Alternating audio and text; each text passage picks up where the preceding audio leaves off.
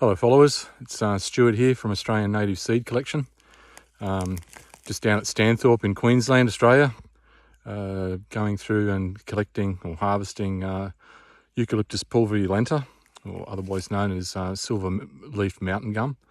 And I just thought I'd show some of you aren't really familiar with fungal disease and a few of the things that affect eucalypt. I'm not sure in America whether you still get the fungal diseases, but I'm assuming you probably do. So just to show you how quickly, when you pick in what is virtually semi-wild here, how quickly it can affect a crop. I can't spray on this location because it's just too overgrown. Access is fairly limited, but you know, there's once this plantation is cleaned up, and when I say cleaned up, a few of you probably have seen the condition of this plantation. It's been left for probably 15 years, and I'll just show you in the background here. That's a Pulverulenta. That's a matured, probably 25-year-old tree. So you can see, now they are a mallee. They're not a tree, so they have multiple trunks that will come up. Hopefully you can see that all fine. Foliage looks good from a distance. I think you'd agree, but on closer inspection, you'll see that there's quite a bit of fungal disease, and it really does affect the appearance of the foliage. Just try and find a good example of it. Okay, so hopefully I can turn this. Well, I probably can't turn it around. New to this, sorry, so bear with me. But can you see the? Hopefully you can see this all right. See the blemishes on the leaf? That's not too bad. To me, it's certainly not perfect, but I would harvest that.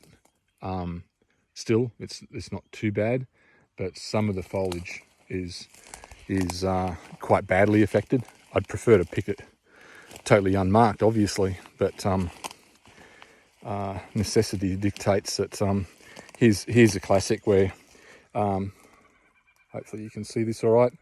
So this stem is fine all the way down to about this mark here. So that would give me about a 50 centimeter stem. So longer as you go down the stem. Hopefully you can see these blemishes that are in there. So they're not going to, that stem to me is perfectly fine, because once that goes into a bouquet or an arrangement, you're not seeing this. Most of this will be stripped down anyway by the florist. So and you can see some of these stems. Hopefully you can see that okay. See the blemishes, they're all further down, whereas up the top, they're quite fine. And of course, when you go over into sprays like these. So just to give you an example, I mean, these trees are basically 25 years old. And once they get to this age, you should be able to, in a season being from spring, summer and autumn, a plant like that or mallee like that, you should be able to pick probably 10 bunches at least of foliage. 10 bunches, I mean 10 stems per bunch. That's how I do my bunches. And that would be anything from virtually like this guy here, a straight stem, to more like your sprays, like this guy. It's opened up a bit more, and even these guys, these centrals. So you take those out because that will encourage more growth further down the tree. So you can see how there's quite a bit of it coming straight from the trunk. So it's usually, for me, I'm finding, rather than either pollarding or coppicing, I'm more pruning these trees. I'm not a horticulturalist, so there's probably a better word for it, but I like to think that I'm pruning them a little bit more like a chalice shape. So they're, to me, I'm going to get more stems. It seems that way anyway. The other issue is if I coppiced these guys and had this same issue this year with so much moisture, then if I coppice them, then all that foliage is going to be down low. And if it's down low, it's very, very prone to getting fungal, because that's where all the moisture is. So at least when they're up higher, like these guys, better airflow, and it's sort of, I guess it prevents to a certain extent how bad the fungal is going to be. So I don't spray on my other plantation at Warwick. I don't spray for fungal. I've had it a few times, not like this.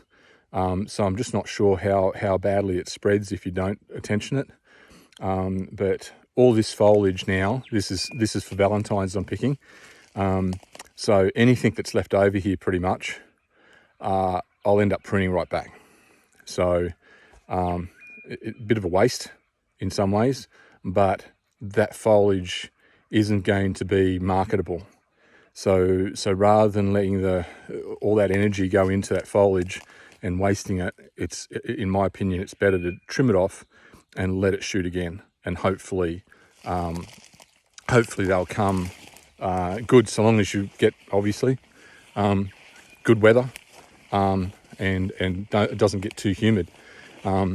These, can't quite remember when I posted on my Australian Native Seeds collection post or page, but I did show pictures of this particular part of the plantation that I pruned back, and then I came back about 2 months later to show all the juvenile foliage, which looked pretty much like these guys. Okay, so these haven't really progressed too much, but when I feel the leaf, it's not thin, it's actually quite thick. So it's almost like these guys have just been stunted. They haven't really progressed and grown out like some of the others have. These were all pruned at exactly the same time, and you can see how, look at the length of the stems on that compared to that one. So yes, it's got a couple of stems there, but most of it hasn't really progressed. You can see on this branch, for instance, see how all that all got fungal originally, and yeah, just all needs to be pruned back now and tidied up. But that shows you how can it be affected. This is all fungal. You can see, hopefully you can see there, the amount of damage comes right out to the tips. They're not marketable. So it's, in my opinion, better off just to cut all those back and let them shoot again. It's now February. We're still in summer, still got warmth ahead of us. Also going to have more rain coming through. This country here is all on granite, so it's sort of like sandy loam. These trees have never been fertilised. They were only ever irrigated up until they were a couple of feet high, and after that, they've been on their own. So it goes to show you what you can get out of them. So this is a good example of fungal. So on a tree, so you can see, hopefully you can see all right. See all the stems. There's virtually no stems on that are going to be marketable. And yes, whilst there might be a little bit of growth on the end that might give you a bit of hope, by the time that gets to a length that you can use, you're just wasting so much. The tree's wasting so much energy. You're better off to just cut it all back and let it start again. And hopefully, as I said before, weather conditions are going to be favourable, and you don't get too much humidity and too much rain where they'll get this fungal. So now the fungal particularly happens when you've had a rain event and a lot of cloud afterwards, as in a day or 2 days of cloudiness, or the humidity goes really high. The leaf just doesn't dry out. So the moisture just sits on the leaf, either as a droplet or just moisture, and you don't have any wind to dry it out, so it just sits there, and fungal just seems to take hold of it real quick. So, but anyway, look, I just wanted to share that with you. Gives you a bit of an insight. I'll show you around this. So this is a classic example of one I pruned back, and it's from memory there wasn't much on there anyway. So but it's died. So pretty much. So I'll cut that back, coppice it right back down to the ground level. Maybe I'll get a shoot out of it, but probably not. So it's gone. But all these others will keep producing for many years. You can see. Look at the stems. Well, I mean, that needs a real good prune, but there's a lot of stems on that particular example. So you can see how easily it would be to get 10 bunches off that particular tree in a season. So all those stems, so long as you, as I said, get favorable conditions, you don't have, we have problems here with Christmas beetles, particular grubs, larvae that eat the eucalypt leaf. They're pretty they're pretty destructive. Autumn gum moth is another thing that's pretty much just around the corner. That may happen again. It did last year. Fingers crossed it doesn't this year, because I probably should have attentioned that, because they just made an absolute mess of this place. So it put me back so far.